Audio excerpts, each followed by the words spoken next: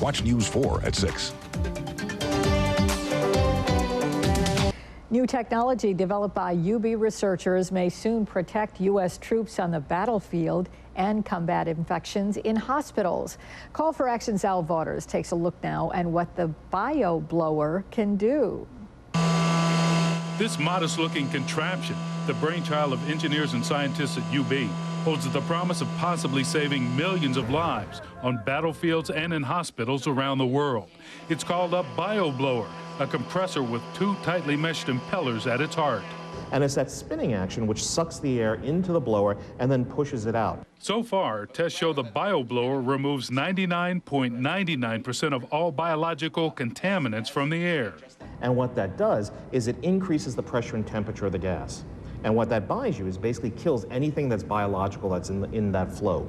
BioBlower Technologies has received a $1.5 million defense grant to come up with a prototype for military use. Professor Garvey says right now the armed services use HEPA filters, but anthrax or other biological microbes would survive.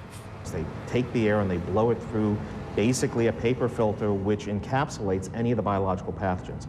The problem with that is it doesn't kill the pathogens and merely concentrates them.